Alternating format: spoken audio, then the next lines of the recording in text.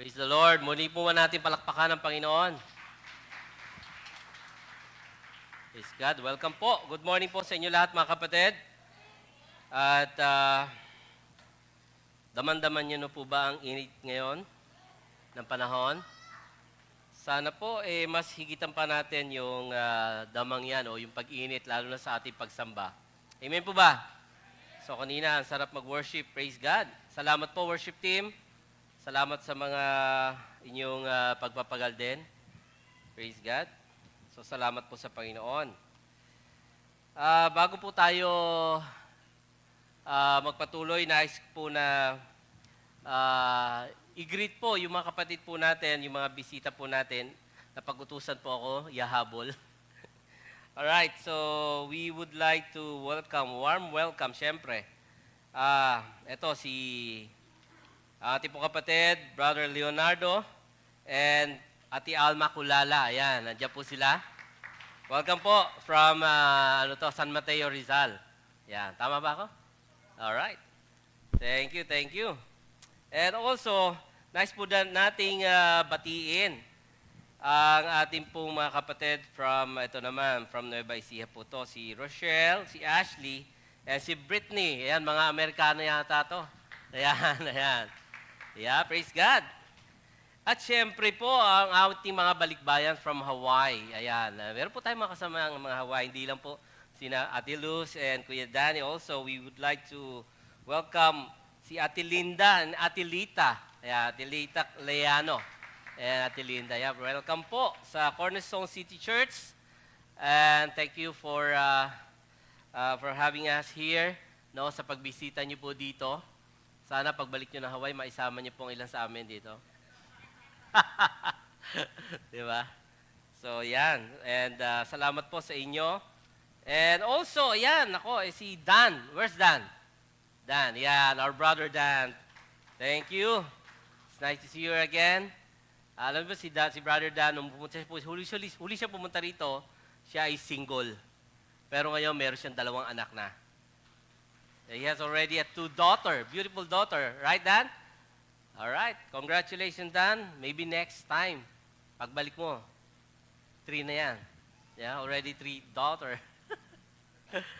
All right. So, ayan. Palakpakan muli natin ang Panginoon. At napakabuti ng Diyos. Mabuti po ba ang Diyos? Amen. Okay. Ngayong araw na ito ay... Ayan, ngayong araw na ito ang ating pong pagsasarado o ang ating closing sermon or series with the theme No Other Gospel. So, ito po ay ating pagtalakay mula sa aklat ng Galatians at kung matatandaan nyo, sa loob ng 14 na linggo o 14 weeks, so ating pong in-expose, so ating pong inaral mabuti ang mga katuruan tungkol po sa essentials of the faith, also especially yung gospel po na ating pinag-aaralan. Ayan. Okay? Pero bago yung lahat, siyempre, pag huli na ngayon, sa next Sunday po, ay meron po tayong bagong sermon series. Ayan, para sa inyo kaalaman. So ating pag-aaralan naman po yung last days o yung tinatawag po na end times. Pag-aaralan po natin yan mga kapatid. So, kaya sana po ay huwag kayong mawawala at huwag agad kayong mauuna. Ayan.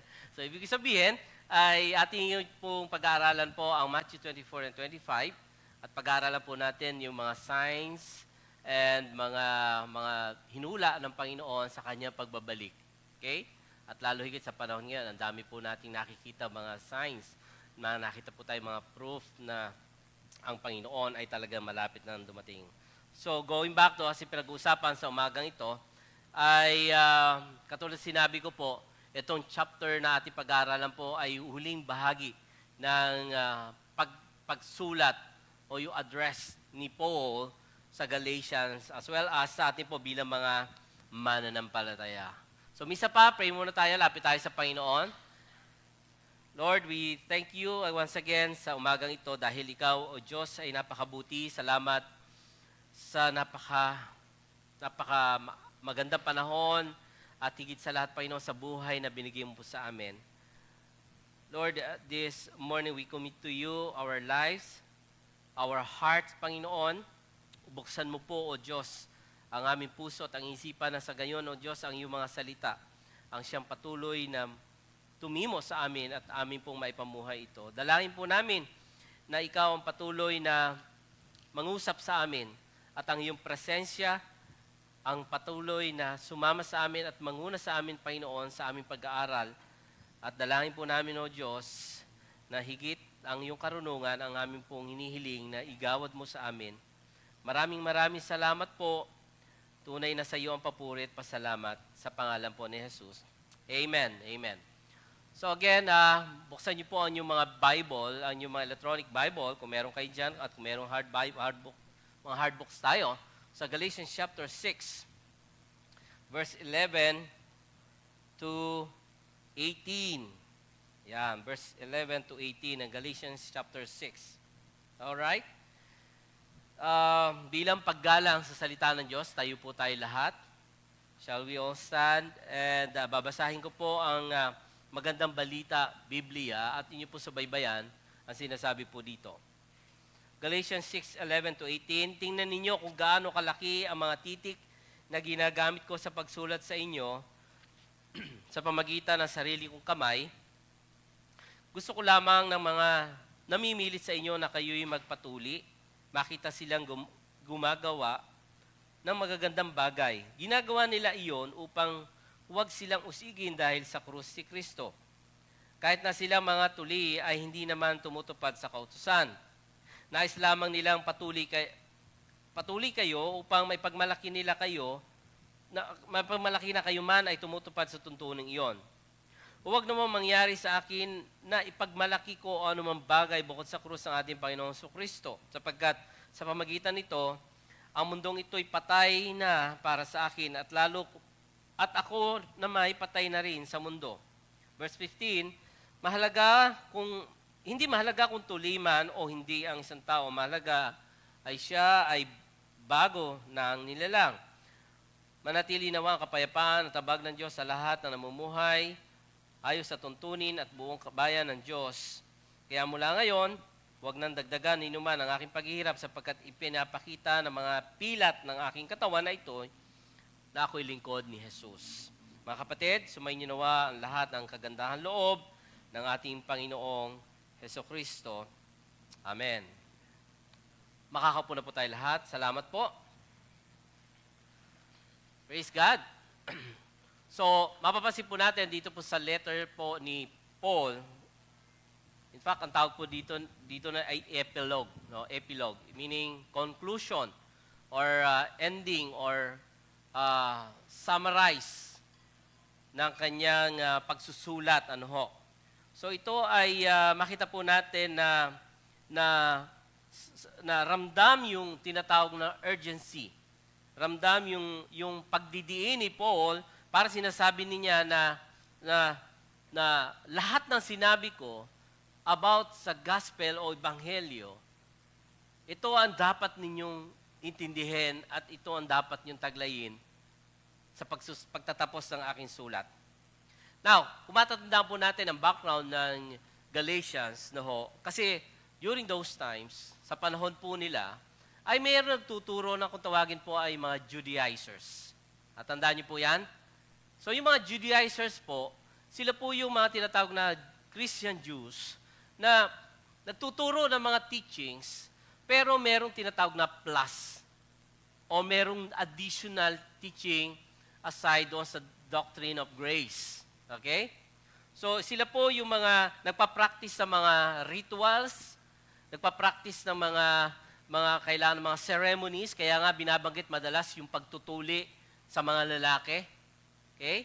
At kapag hindi ka daw kasama o hindi mo na isagawa yung mga rituals na yun, like circumcisions, hindi ka pa kompleto o matatawag na isang Kristiyano. So ganon nila, binavalid o dinadagdagan o ganon nila kinakategorize ang isang Kristiyano.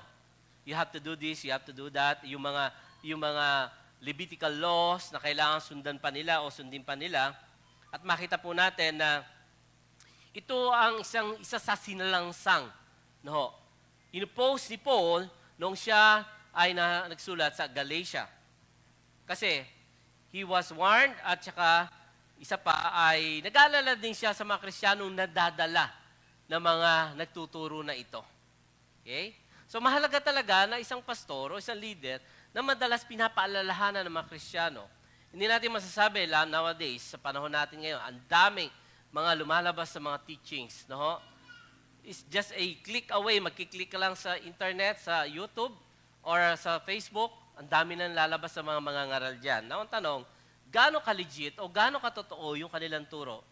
Baka ito ay isang tinatawag na another gospel o ibang katuruan. Ayan, ano ho. Kaya nga, mahalaga, ano ho, kaya nga sabi ni Paul, kapag may nagtuturo maliban sa mga tinuturo namin, pagkasumpain sila. Right? Diba? Diba? Yun ang sabi niya. Kapag mayroong another gospel na nagtuturo, let him be accursed. Sa Griego yun, anathema, sumpain. Ayun, ganun katindi. Kapag mayroong lumalabas o nag-iibang turo at tinatanggap o pumapasok sa iglesia. So this warning of Paul is ika nga ay tinatawag na a business of Paul para sa mga believers at sa mga mananampalataya na bumabasa po lalo higit sa panahon natin ngayon. No. Kaya mga kapatid, ito rin yung paalala sa atin sa ating pagtatapos sa pag-aaral po ng Galatians, pinapaalala din sa atin na ating pong tandaan at lagi ipamuhay yung mga turo na narinig po natin. Tama po? Amen po ba?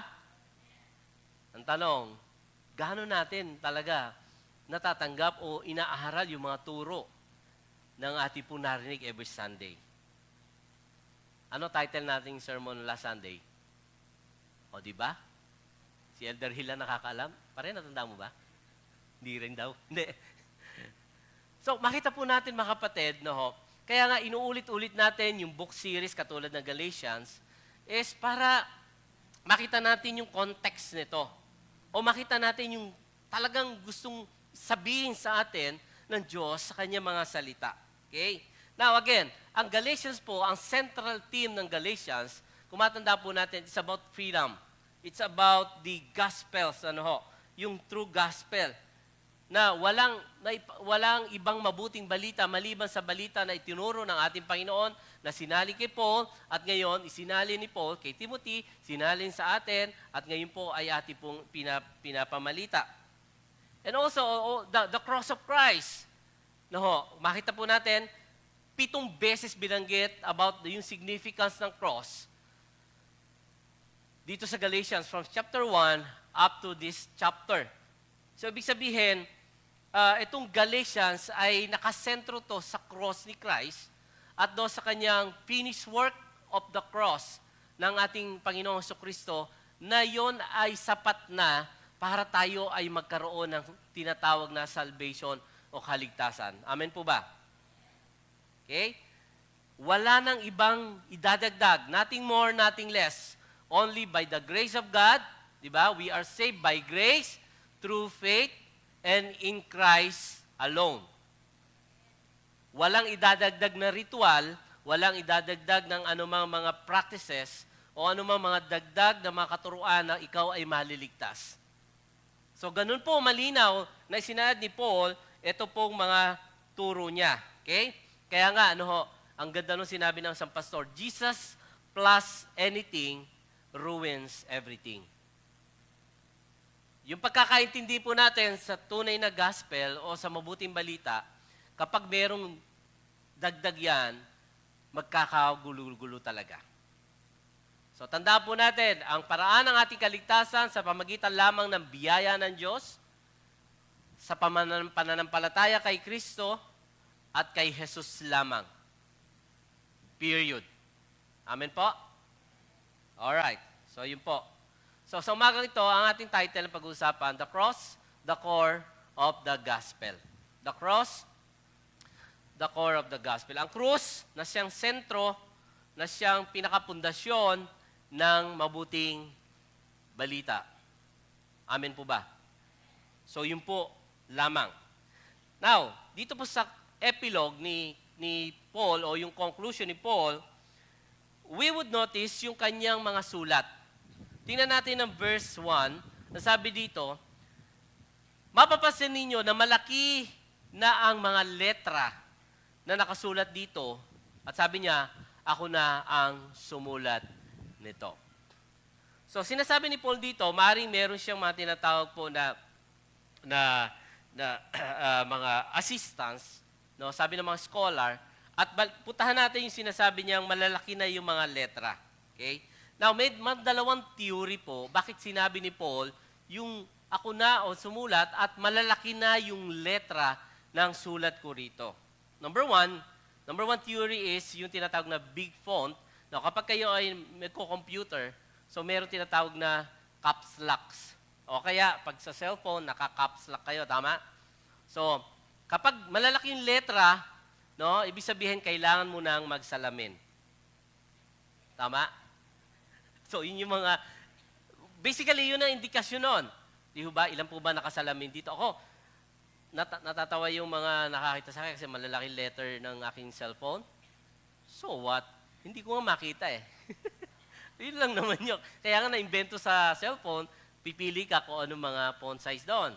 So yun, friendly ang mga cellphone eh. Now, sabi ni Paul, napansin nyo, malalaki yung mga letra, ako na ang sumulat nito. So, ang sabi ng mga scholar, ito daw ay parang, yung si Paul, meron tinatawag na problema sa paningin, o yung poor eyesight. Ano ho? Meron siyang tinatawag na problema sa mata. Kung babalikan po natin yung chapter 4, verse 15, may sinabi si Paul doon. Sabi niya sa mga believers, ganito, kung pwede nga lang, dukuitin nyo ang yung mga mata at ibigay sa akin dahil sa inyong pagmamahal. So, in other words, parang meron talagang problema si Paul sa kanyang paningin. No? Maring meron siyang katarata. Maring gano'n, sa panahon natin yun. Maring namang malabo na talaga ang kanyang mata dahil sa kanyang tinamong mga suffering, sa kanyang ministry, at maging sa kanyang mga ginawang kalokohan na naging bunga ng kanyang pagkasakit. So, that would be a theory na binibigay po ng mga scholar. At pangalawa, yun yung una, no ho? Pangalawa naman ay kaya niya nilakihan is the importance of what he was saying. Kasi nga, mahalaga itong ina-address niya sa mga Galatians. Tama?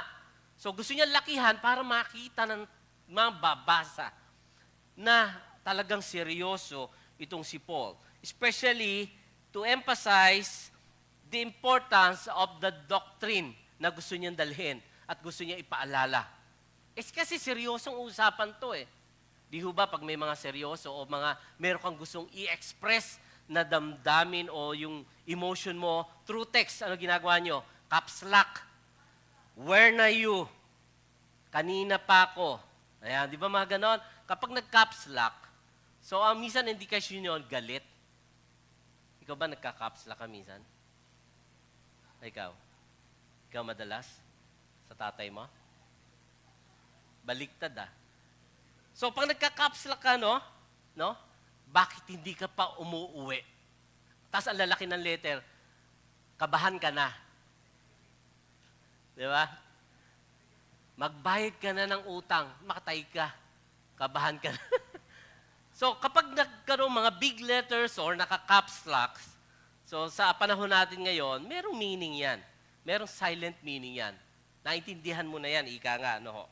So, makita po natin, subalit yung kanyang way of handwriting ni Paul, ito ay upang ipaintindi at tiyakin sa mga makakabasa, especially sa people, o sa mga tao sa Galatians, sa mga kapatid sa Galatians, na yung kanilang mga tinuturo, o yung tinuro ni Paul ay maintindihan, maunawaan, at maisa pamumuhay habang sila ay namumuhay. So, ganon ang ginawa ni Paul. Okay? Actually, meron pa siyang mga tinatana way of expressing his thoughts o yung mga kanyang gagawin. No, mamaya madadaanan po natin yan. Okay? So, ibig sabihin mga kapatid, ang ebanghelyo po na ating tinanggap mula sa ating Panginoon ay katulad ni Paul na gusto tayo ng Panginoon na makita habang tayo nabubuhay at habang tayo ay marunong makinig at marunong at nakakakita na ito ay maipamuhay din. At sa ganon, ang ating pamumuhay ay nasa direksyon, focused, ika nga, central doon sa tinatahak ng Panginoon para sa atin. Amen po ba? So gusto ko po, bago tayo dumating, sabi po dito, the true gospel is centered on the cross of Christ. It cannot be replaced. It must be proclaimed and it will be transformed and marked for every true believer. So ang totoong mabuting balita o totoong gospel daw ay nakasentro, nakapundasyon sa krus ni Kristo. Amen? So, hindi kayang palitan o hindi pwedeng anumang bagay na ipalit. At ito ay dapat na iproklama, ipahayag, no? At ito ay nagbabago at nagmamarka sa buhay ng bawat tunay na mga mananampalataya. So gusto ko, mga kapatid, dito tayo ikot at gusto ko pong dalhin kayo. No? Meron tayong 4 na katotohanan na makita dito sa verse 11 to 18. At nais ko po na ito po yung ating titingnan, no? Yung tinatawag na transition natin. No? How can we recognize the true gospel that is centered on the cross of Christ? Paano natin makikilala ang tunay na gospel na nakasentro sa krus ni Kristo? Paano nga ba? Okay? Now, sa mga linggo na dinaanan po natin, pinakita sa atin ng mga tagapagturo natin sa ating mga preachers. Praise God for them. No? Talagang nakakatulong po natin yan. Na malinaw na wala nang ibang mabuting balita maliban sa itinuro ng Biblia sa pamamagitan ng salita ng ating Panginoon. Now, tingnan natin, paano natin makikilala ang tunay na gospel na nakasentro sa krus ni Kristo. Marami kasi nagsasabi na ako ay Christians. Marami nagsasabi na ako ay mananampalataya. Pero kung makita po natin, hindi tayo para manghusga, hindi nakasentro ang kanilang buhay sa krus ni Kristo. In other words, parang walang changes sa buhay nila. Walang tinatawag na transformation sa buhay nila. So yun ang dapat natin titingnan, mga kapatid. When we say that, or we profess that we are Christians, we are the followers of Christ, we are disciples of Christ, ang tanong, nakikita ba yung krus ni Kristo sa ating mga buhay? Ayan. Now, may 4 pong bagay na makita po tayo. Una, tingnan po natin, the distortion of the gospel. So ito na muna yung truth about this chapter o tung verse 15, verse 12 to 13 rather, mga kapatid. Sabi dito, gusto lamang ng mga namimilit sa inyo na magpatuloy at magbigay lugod sa kapwa nila Hudyo sapagkat natatakot silang usigi ng mga ito kung ituturo nila ang kamatayan lamang ni Kristo ang siyang nagkapagliligtas sa tao. Bilang sila mismo mga tinuli ay hindi naman sumusunod sa kautusan. Pinagpipilitan pa nga nila na magpatuloy kayo para pagmalaki nila na sumusunod kayo sa mga seremonyang ito. Now, kita niyo po dito, mga kapatid, sa kanyang conclusions, again, binanggit niya na naman yung circumcision o yung pagtutuli. Sa simula pa lang yan, binanggit niya na naman yan. Okay? At mahalaga kasi ito, kasi sa mga Hudyos kasi, sa mga tinatawag radical Jews, itong circumcision is importante sa kanila pong tinatawag na spiritual mandate o yung mga spiritual na natatak para maging Kristiyano. But ang problema, nagkakaroon ng distortion, nagkakaroon ng kaguluhan. Kasi nga, ano ba talaga? Kailangan magpa-circumcise or not? Kailangan ba sundin itong mga dietary laws or not? Ano ba talaga? So kaya nga, ang sabi ni Paul, gusto lamang ng mamilit ng mga tao na magpatuloy kayo. Ibig sabihin sila, yung mga Judaizers na yan. Bakit? Para makita nila na sila ay tama, na sila ay ito yung totoong religion. Pero hindi po yun doon. Sabi ni Paul na not because they care about, but because they want to look good. Para ipakitang sila ay mabuti, sila ay tinatawag na okay lang, and to avoid persecutions. Ayan, parang may ganyan ngayon eh. Dapat love lang. So pag may pagkakamali, love lang din. So walang discipline. So walang tinatawag na, parang tinotolerate. So parang ganun po yun mga kapatid. So sabi ni Paul, ito yung mga problema. Okay? So, they want to make a good working or to a good showing in the flesh. Panlabas. Yung gusto nilang makita na sila ay kabilang dito sa religion na ito, sa samahang ito. Kaya, yun ang mga bagay na sinasaway o pinapabulaanan ni Paul. Okay? So, magbigay lugod sa mga, lamang sa mga kapatiran nila o sa mga kasamahan nila. Ang tawag po ng iba dyan, papogi points. Diba? So, ibig sabihin, panlabas lamang. Panlabas lamang yung gustong i-emphasize o emphasize ng mga Judaizers na ito. Ang problema, ang sabi ni Paul, ang sabi ng Panginoon, dapat yung changes from inside out. Unang binabago ng Diyos yung puso at dapat yun ang binabago. So, hindi sa panlabas tumitingin ng Panginoon. So, sa loob. Okay?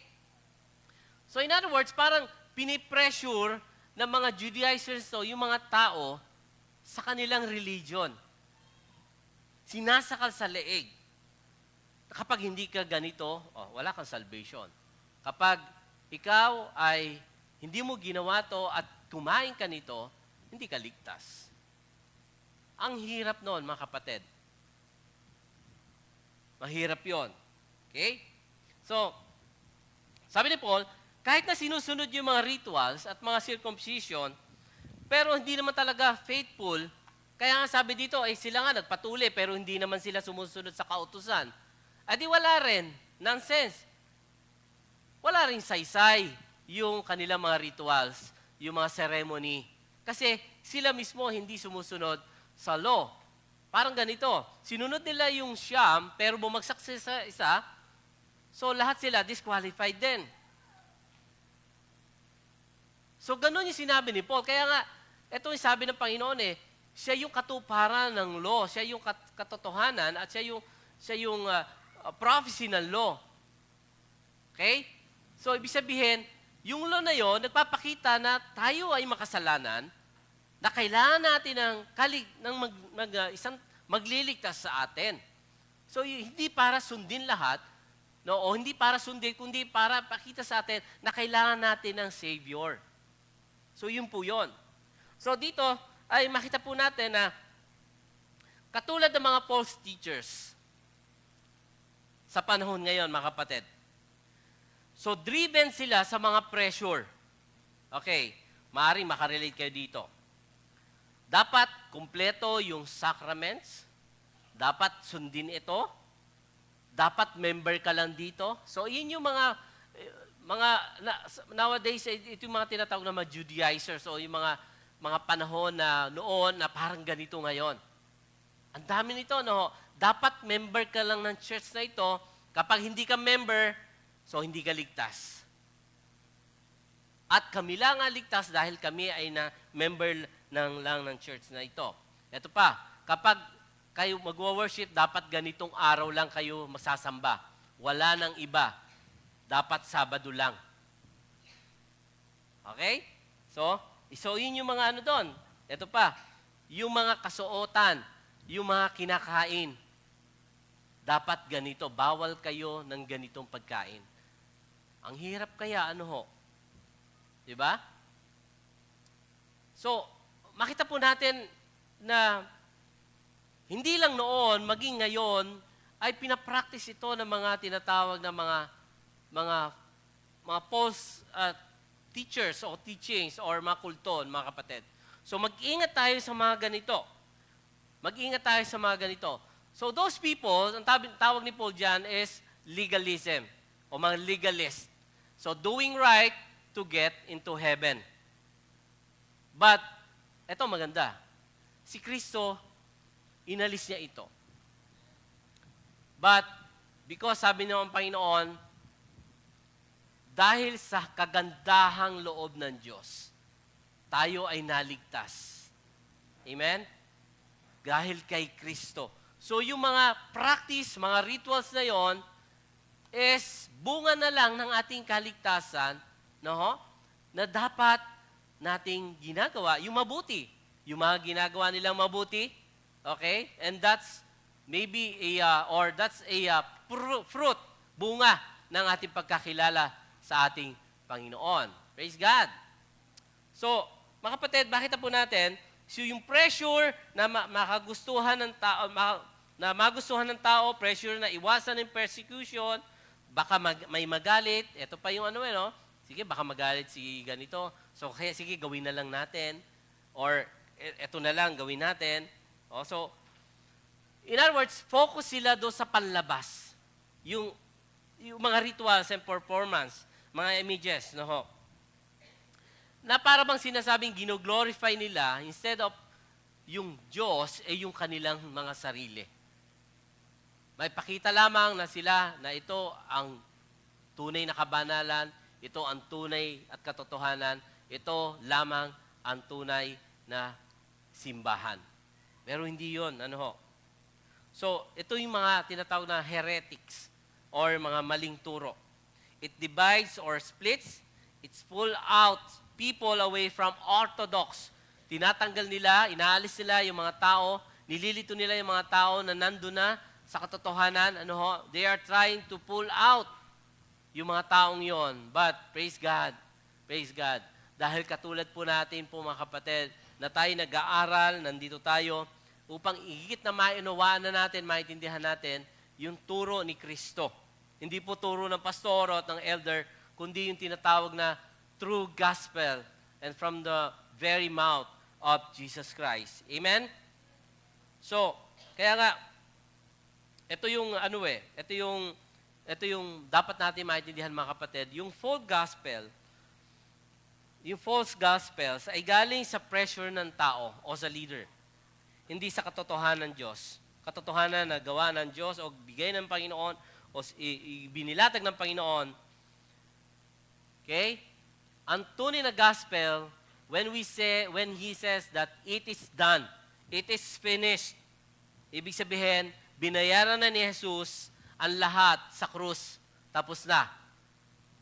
Amen? Wala nang add-ons. And the Bible says, we are saved by grace through faith in Christ alone at walang labis, walang kulang. At iyon ang napakaganda sa ating pong niyakap na katuruan ng ito mga kapatid. At ito yung na-emphasize ng salita ng Diyos at ating pong patuloy na uulit-ulitin. Kay Kristo, nagkaroon tayo ng complete freedom. Amen? Kay Kristo, nagkaroon tayo ng tunay na kalayaan, kaligtasan. And because of Christ, because of the cross of Christ, diniklara tayong matuwid, diniklara tayong bayad na sa ating mga kasalanan. Amen po?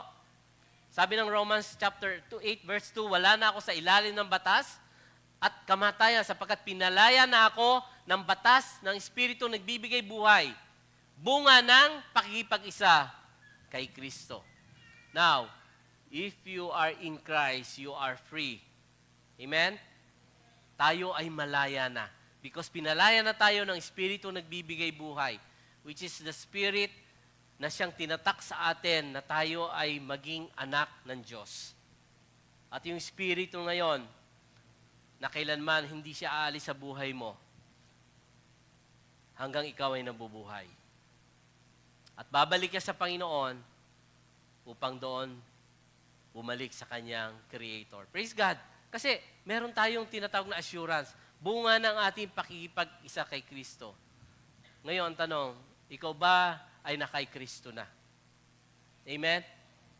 Ikaw ba ay pinalaya na ni Kristo sa pamagitan ng iyong pakikipag-isa, sa pamagitan ng iyong pagkilala at ng iyong faith para sa ating Panginoon. Kaya mahalaga ito mga kapatid, na huwag tayong mahihiya sa katotohanan. Para lamang ma-please yung tao, isipin natin na mayroong Diyos na nakatingin sa atin.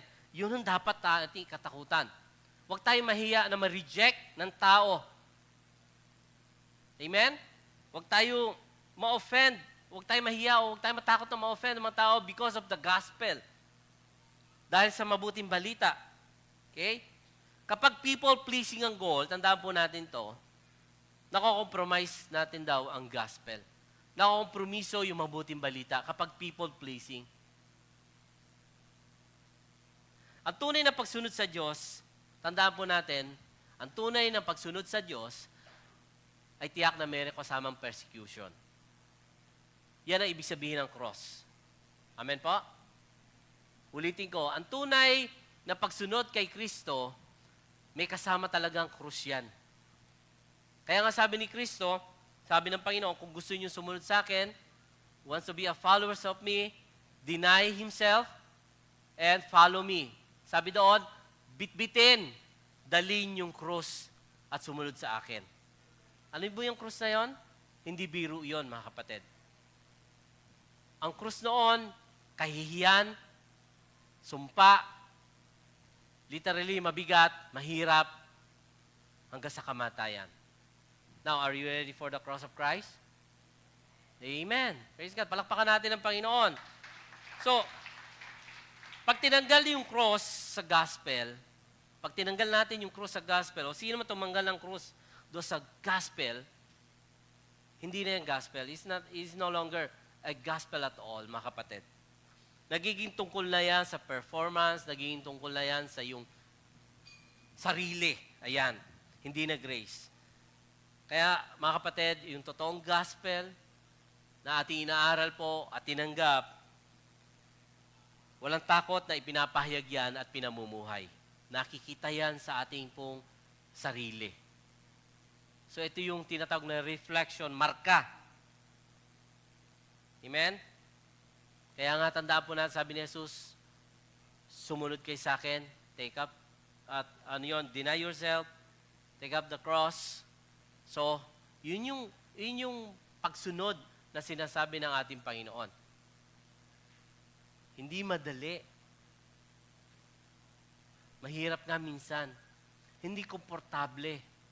Minsan nga, ang dami mga problema pa. Pero yun ang totoo, mga kapatid. Amen po? Naintindihan po natin? Parang nalungkot kayo. Ang hirap pala maging Christian.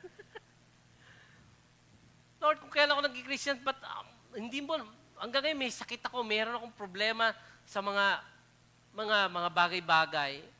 Yan ang maganda nga. Tinetest yung faith mo. Alam mo, dumaan kami sa mga problema. Sabi ko, Lord, tinawag mo kami sa ganito. Bakit ang hirap?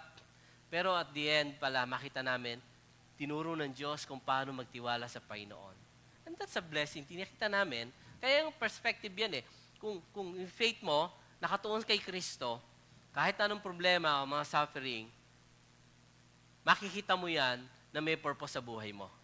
Amen po? May layunin ang Diyos. Hindi para ikaw ilayo sa Kanya, kundi para ilapit ka para sa Kanya. So yun po yun, mga kapatid, ang buhay ng isang mananampalataya. Alright? So that's the number one, distortion of the gospel. Pangalawa, the declaration of the gospel. So makita po natin yung declaration dito, sa verse 14, sabi dito, ngunit para sa akin, wala akong ibang pagmamalaki maliban sa kamatayan ng ating Panginoong Hesukristo sa krus. At dahil sa kamatayan niya sa krus, wala nang halaga sa akin ang mga bagay sa mundo at wala na ring halaga para sa mundo. So makita natin, sabi ni Paul, yung hindi siya nagbo-boast o hindi siya nagpagmamalaki sa sarili niya lamang o sa sarili niya, kundi sa krus ni Kristo. Kung merong grace alone, in faith alone, merong boasting in Christ alone. Ipinagmamalaki niya lamang para kay Kristo dahil kay Kristo. At ito yung dapat na ipagmalaki, hindi naman kung ano man sa mga ginawa natin o ano mang ginagawa natin. No? Pansinin niyo po, sa dami-dami ng gusto ipagmalaki ni Paul at marami siya pwede ipagmalaki sa kanyang ministry service. Kung i-rate natin yung ministry service niya, edukasyon, status, power. So yun po yung ano ni Paul eh. pagiging Pharisee, ibang klase yon. Maganda yon, ano ho. Pero isa lang yung kanyang pinagmalaki. Sabi niya, isa lang pinagmamalaki ko. Maliban sa kamatayan ng ating Panginoong Hesukristo. Hindi yung sarili ko, hindi yung aking fame, hindi yung aking sahod, hindi akin yung kasikatan, hindi akin yung kapangyarihan. Pinagmamalaki ko si Kristo at ang kanyang krus. So, ganoon sinabi ni Paul, kung paano niyang makita, sa kanyang buhay, ito yung gusto niyang ipakita, yung boasting, ika nga. Now, pag sinabi boasting or glorying, it means to have a joy, to trust in, to reveal in the cross, or to revel in the cross. Yon, maganda po yan, to take great pleasure in the cross. So, ibig sabihin, meron talagang isang bagay na nakaukma o nakakonekta pag sinabing cross. Okay? Hindi lang basta yung nagsuot ng cross. So, sino ba may makwintas na cross dito? O hikaw na cross? No? Marami po ang nagsusuot ng cross dahil magandang jewelry. That's good. No? Magandang jewelry. Ang problema, marami ang nagsusuot o merong dalang cross, hindi na naman ibinibigay yung sarili niya sa cross. Naakala niya yung cross ang magbibigay ng, yung literal na cross, magsasave sa kanya, o yung sinasabing magbibigay ng protection sa kanya, ginagawang anting-anting. Ayan, yung mga ganyan Hindi po. Kung meron kayong cross, ibig sabihin, you place your faith, your trust doon sa cross na yon. Higit sa lahat, si Kristo na nasa puso po natin. Tama po? Okay? So, jewelry, it's good. But kung sasabihin mo, dadaling ko to para maligtas ako, para masave ako, nakita ko niya madalas sa mga sasakyan So, mas maganda sana kung talagang yung full trust mo, kahit nga yung wala yung cross, basta ibigay mo sa Panginoon. It's just a symbolic. Pero yung cross, napakahalaga po yan. Napakahalaga ng cross na yan. Bakit glory yung cross? Sabi ni Paul, it's a cross of the Lord Jesus Christ. In other words, it's a person of the cross. Si Jesus lamang ang nagbigay ng napakalaking significance o halaga o tinatawag na meaning about the cross. Wala na ibang katulad. Why? Because He voluntarily went to the cross. Sabi ng Ephesians chapter 2, namatay siya sa krus para sa iyo at para sa akin. Tama? Siya ang nag-alay bilang kapalit ng katubusan na dapat sana tayo ang magbabayad. And that's what's a cross very special, mga kapatid. Okay? Now, hindi lang yung person of the cross, but also the purpose of the cross. Ito po, it is a ground of our salvation, justification, imputation, reconciliation, and redemption. Dahil sa krus na yan. Dahil yung krus si Kristo, ang dahilan yan, nagkaroon tayo ng kaligtasan. Pinawalang sala tayo dahil sa krus. Yung imputation meaning, yung hindi dapat sa atin, ibinigay sa atin yung pagpapatawad, pinagkasundo tayo sa Diyos Ama na dapat tayo ay kaaway, dati tayo kaaway, at siya ang naging katubusan dahil sa krus na yan. Amen?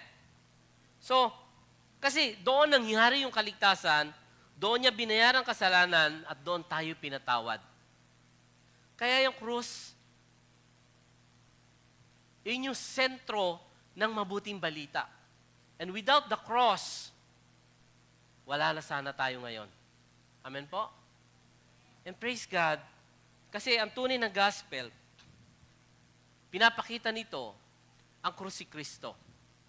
Na hindi dahil sa ating kayabangan, hindi dahil sa ating kakayanan, kundi itinataas lang natin si Kristo lamang sa ating mga buhay. At dahil sa krus, dinudurog nito yung ating pride. Pag tumitingin tayo sa krus, tinitingnan natin ang sarili, wala tayong kakayanan. Pero dahil sa krus si Kristo, nagkaroon tayo ng kaligtasan. Pinakita na hindi natin kaya iligtas ang sarili natin. Amen po? Pinapaalala nito yung biyaya ng Diyos na hindi lang ang sarili natin ang tinataas, kundi patay na tayo dahil sa ating mga kasalanan. Sabi diyan, dahil sa kamatayan niya, wala nang halaga para sa akin ang bagay sa mundo. At hindi lang yon, wala na rin akong halaga para sa mundo. Ngayon, binibilang ba natin ang sarili natin na tayo ay hindi na sa mundong ito? Amen. Because we are not in this world, or we are in this world, but we are not in this world. Ibig sabihin, hindi naman talaga tayo taga rito. Isang araw, bawat sa atin aalis sa mundong ito. Amen? Kasi babalik tayo at tutungo tayo sa ating pinakatunay na tirahan. Aalis tayo, tutungo tayo sa piling ng ating Panginoon. Kaya nga mga kapatid, ang mensahe ng pagkamatay ni Kristo sa krus ay kamangmangan para sa napapahamak, ngunit sa mga naligtas, ito'y kapangyarihan ng Diyos. For them, sa mga tao na yon, pinagtatawanan lang nila. Para sa kanila, walang silbi.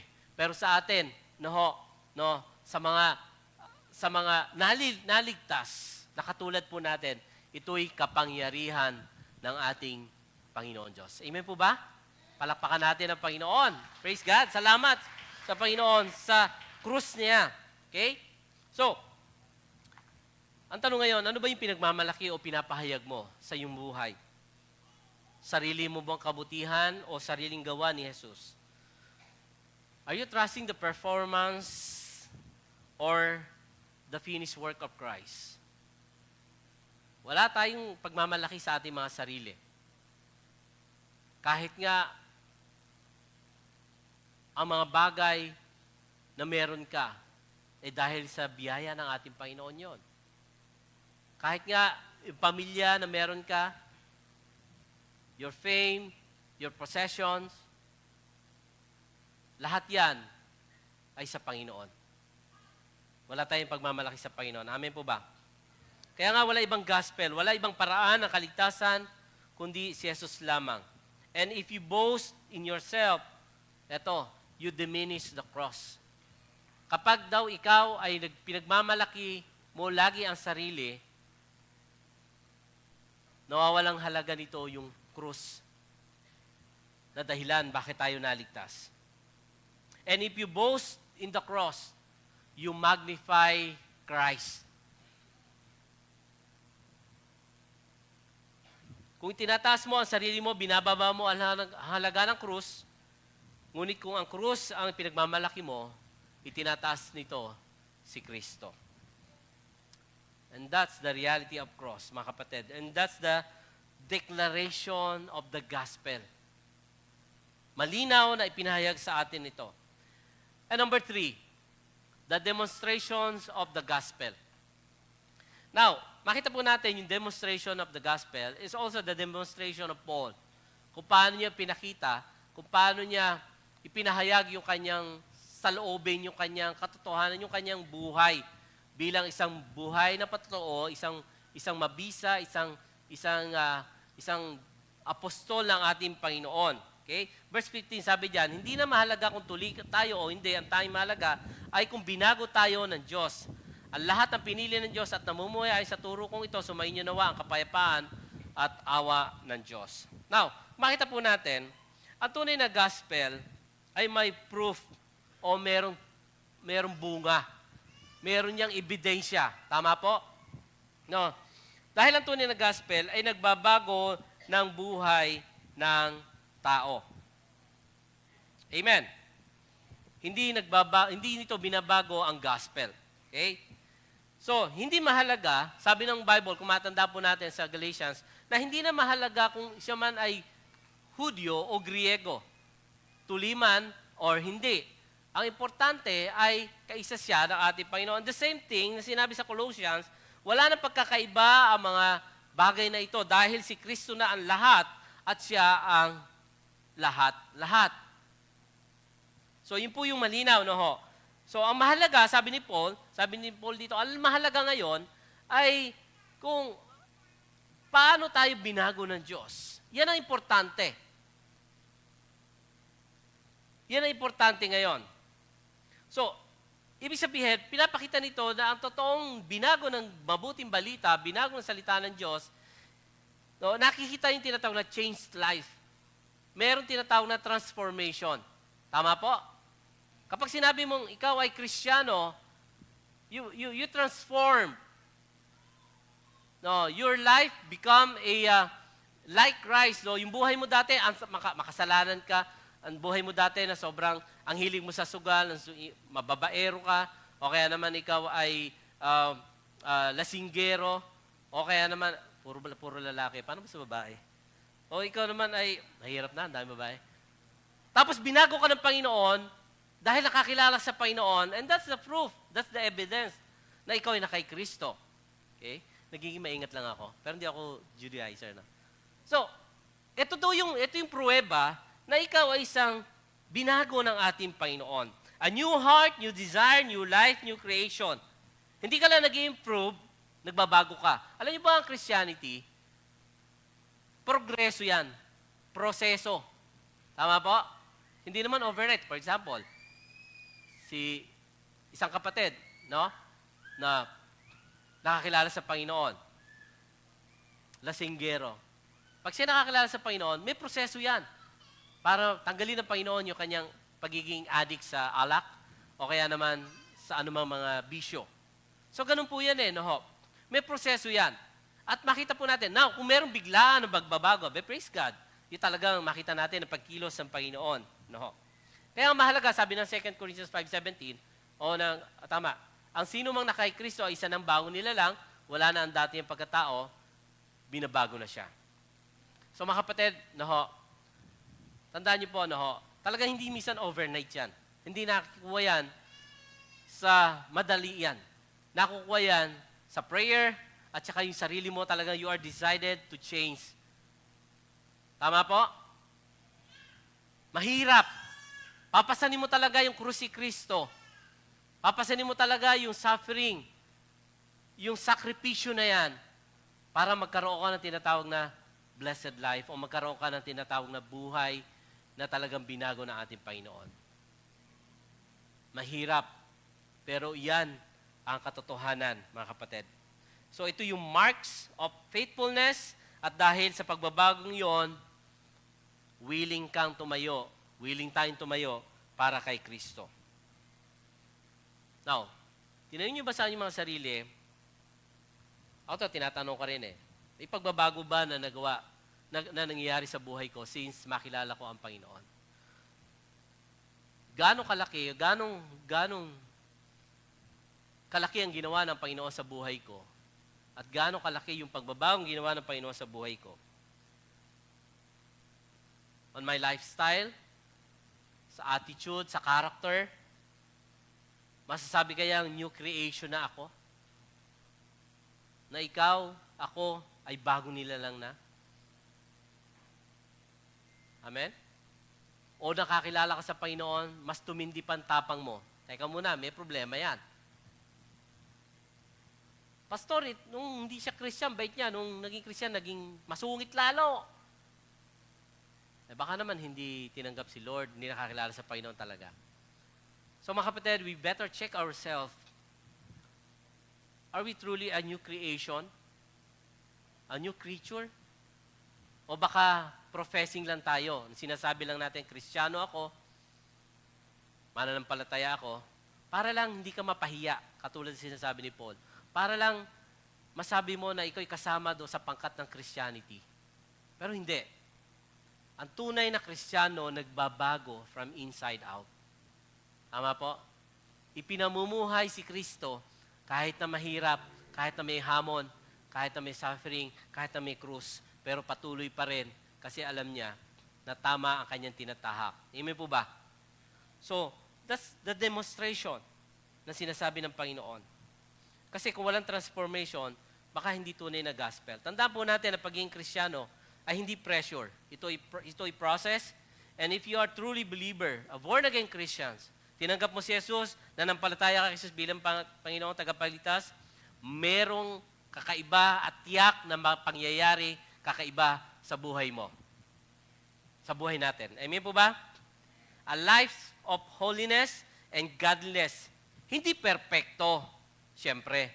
Pero ito ay nagpo-produce ng isang pagbabago merong bunga unti-unting nakikita. Amen po? So kaya nga, ang isang believer dapat may tunay na conversion. Merong tinatawag na transformation. Hindi lang pakitang tao o papogi points. Amen? Tingnan nyo ang katabi nyo. Gising pa ba yan? So, siya pa ba ang nakilala nyong siya? Yes. Praise God. May changes. And finally mga kapatid, the defense of the gospel. Now, dito makita natin kung paano sinarado ni Paul yung kanyang letters. Sabi niya, mula ngayon, huwag niyo na akong guluhin. At hindi na ni Paul, ano? Para sabi ni Paul, matatanda na kayo. Alam niyo na. Diba? Matitigas ang kukotin niyo. Ang tanda ng mga sugat sa katawan ko ay nagpapatunay na sumusunod o sinusunod ko si Jesus. Now, bilang mga tinuruan at nakinig ng mga truth na ito sa mga Galatians, sabi ni Paul, ito yung ebidensya. Pinakita ko yung proof, yung mga ebidensya na yan. Now, in other words, yung tunay na ebanghelyo na mayroong kasamang suffering, may kasamang challenge, may kasamang tinatawag na mga hamon ng buhay. No? At yung mga ginawa ko na yon, hindi yun basta performance, pakitang tao. Kundi ito ay legit. Totoo yung pinakita ko. Ayan, yung sabi ni Paul. Diba? Totoong nagmarka sa akin si Kristo. Ay kilala natin si Paul kung paano niya talaga hinarap ang mga, in-oppose yung mga tao na gustong sansalangin. Basta, i-post yung gospel, ano ho, handa siyang mamatay. Handa siya magpakasakit, kinulong siya. Diba? Naalala niyo po? In fact, 4 na books ang sa niya sinulat nung siya nakakulong. So, sabi ni Paul, sapat, hindi pa ba sapat yung ginawa ko, yung balita niyo tungkol sa akin, tungkol sa ebanghelyo na gusto kong talagang isasalang ko ang buhay ko para dyan. Kaya sabi niya, huwag niyo na akong guluhin. Alam niyo na yan. Diba? So, ano ba yung gusto pang patunayan ni Paul? Sabi ko nga kanina, ito yung mga tinatawag marks or evidence bilang followers ni Kristo. Okay? Sabi niya, yung mga sugat na kanyang nalasap, ito, alam niyo po ba si Paul, sabi ng mga kapag siya ay kinu-question sa pagiging apostol niya, ang ginagawa niya po, hinuhubad niya yung damit niya. Pinapakita niyo yung kanyang six-packs, muscles. Hindi po. Pinapakita niya yung scars. Pakita niyo yan? Saan yan? Noong nag-preach ako dito sa may ganito. Ito, nakita yung tusok na yan? Nagpipreach ako dito sa lugar na ito. Nakita niyo yung marka ng paa ko? Noong kinulong kami. No? Kasama si Silas. Yan? Ikaw ba kaya niyo yan? Ha? Ginawa ko lahat yun, tinanggap ko lahat yun for the cause of cross. Para kay Kristo. So, ganun. Ganun yung kanyang way of expressing o showed yung kanyang mga pagtatanggol sa gospel. Okay? Yung kanyang mga suffering, nalagpasan niya yon. Na-endure niya yon. In fact, si Paul nga, hanggang sa kamatayan, no? Ay talagang tinanggap niya pa rin yon para kay Kristo. Grabe. So, hindi lang yung salita, hindi lang sa kanyang pag-explain, of course, yung evidence, no? Yung kanyang marka ng kanyang pagiging apostol ni Kristo ang pinakita ni Paul. So, mahalaga ito, mga kapatid, na tinuturo sa atin, sa ating mga buhay, sa ating paglilingkod. Minsan kailangan markahan tayo ng ating paglilingkod o suffering. No? Minsan nagkakaroon ng scars o pilat. At kailangan minsan may pilat yung ating paglilingkod. Now, hindi na may sabihin na ito required or sabihin natin kailangan may pilat talaga. Pero minsan may pilat na nakikita sa ating ministry, sa ating paglilingkod. Minsan naging sugatan tayo. No? Pero ang maganda nito, natututo tayo kung paano harapin yon. Kung paano tawag dito, malampasan yung mga hamon na yon sa paglilingkod. Ano ho? Naramdaman niyo na ba na maging masaktan sa isang kapatid o sa ministry? Di ba? O iba nga, yung mababaw lang, nagtampo dahil hindi nabate, hindi na-announce yung birthday. Diba? In-announce ng April, hindi in-announce sa April, bumalik na lang sa susunod na April. Huwag po kayong ganon. So, hindi po ganon. Si Paul, ibang klase. Yung marka niya, yung pilat sa kanyang katawan, maging sa kanyang puso. Pero tinignan niya dahil kay Kristo. No? Yung kanyang pinanghawakan, ito yung ebidensya, yung mismong kanyang katawan every time na ino-oppose siya. Okay? So, dahil sa pagsunod sa ating Panginoon. Ibig sabihin ng tunay na gospel ay nagbubunga ng isang obedience. Pagsunod sa krus na may kasamang, ano talaga yan? May kasamang suffering. May kasamang, minsan mahirap, mga kapatid. Hindi ito madali, hindi ito komportable. Okay? Pero ito ay totoo na dapat tayuan at hindi katakutan. Now, ang tanong, ano kaya mga kapatid, itong isipin natin, ano kaya ang mga marka o pilat na taglay natin na magpapatunay na tayo ay na kay Kristo? Ano kaya mga marka yan? Ano kaya mga pilat ang taglay natin? Nagmamamarka na tayo ay tunay na kay Kristo. O bibigyan ko yung tatlong example. Ito, tingnan natin sa verse ito. Sabi ng John 13:35, "By this everyone will know that you are my disciples if you love one another." Kamusta ang iyong love sa iyong kapatid na nakasugat, nakasakit sa iyo? Marka ba kaya ang pag-ibig na yan? Marka kaya ang pag-ibig na yan sa iyong buhay? Second one is, sabi niyan, yung kayang bunga ng banal na espiritu, katulad ng sinabi ni Elder Ray last time, nakikita kaya sa buhay natin, nagmamarka kaya yan, nagpipilat kaya yung love, peace, okay pa yan, patience, halimbawa yung patience. Okay? Ubus na pasensya mo sa kapatid, sa pamilya mo? Faithfulness, gentleness, and self-control. Naku, self-control, no? Mahirap yan. Pero marka ng isang tagasunod ni Kristo. Amen po?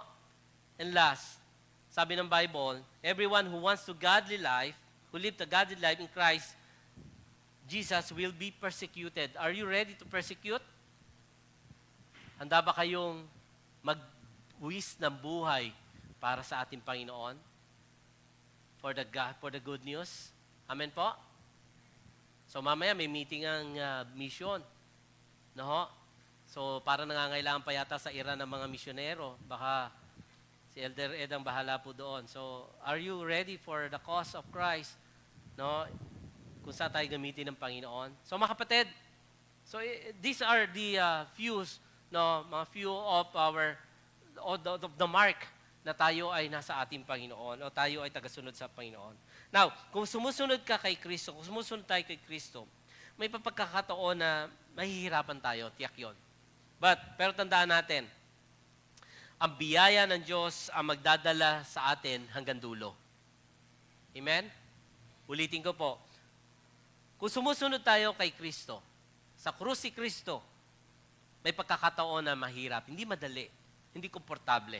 Pero itong promise ng Panginoon. So, ang biyaya ng Diyos ang magdadala sa atin at magdadala hanggang dulo. Amen? Palakpakan natin ang Panginoon. And finally, sabi niyo po, mga kapatid, sumainyo naman lahat ng kagandahan loob ng Diyos sa ating Panginoong Jesucristo. Now, yung last greetings niya, yung kanyang benediction, it starts from grace and it ends to grace. Ano ibig sabihin noon? Sa biyaya lamang ng Diyos tayo umasa. Amen po? Na pag sinabi niyan, sa inyo lahat, greetings ko with the Spirit brothers. No, generic po ang sabi ni Paul diyan. Ibig sabihin, kasama na po diyan yung kababaihan. So, huwag kayo magtatampo kay Paul. Kapag Hindi niya po binanggit yung kababaihan. So, in other words mga kapatid, makita po natin yung grace sa Panginoon ay talagang kasama. It starts from grace, it ends to grace. Alright? So, as I end, ang core o yung central ng heart ng tunay na mga mabuting balita ay walang iba kundi si Jesus. Malinaw ang katotohanan sa mensahe, may mga distortion, may mga gumagambala no, sa gospel. Inililihis yung tunay na kahulugan, so handa tayong tumayo. Huwag tayong magpapakompromise. Huwag tayong magpapadala. Amen po ba? So, ideklara natin ang mabuting balitang iyan sa pamagitan ng pagmamalaki natin sa krus si Kristo. Sa pamagitan ng ating buhay. I-demonstrate natin yung buhay na binago ni Jesus na siya ay talagang nagbabago ng buhay. Amen?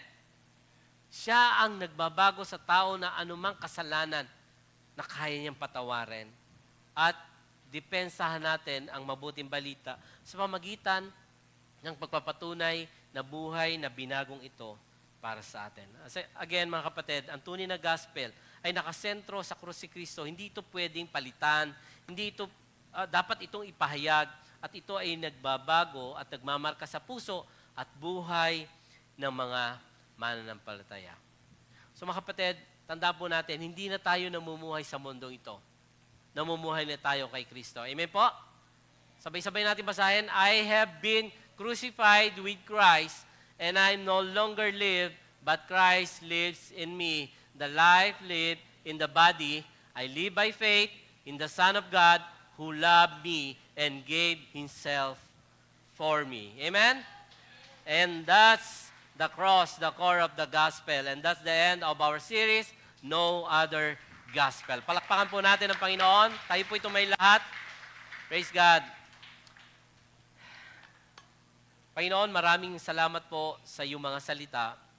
Lord, we thank you for the book of Galatians that truly inspired us and teach us, Lord, na dapat naming tayuan, ipagtanggol, ipamuhay ang mabuting balita ni Kristo. And no other gospels, Panginoon, na iyong ibinigay maliban sa gospel, mabuting balita na ibinigay ni Jesus.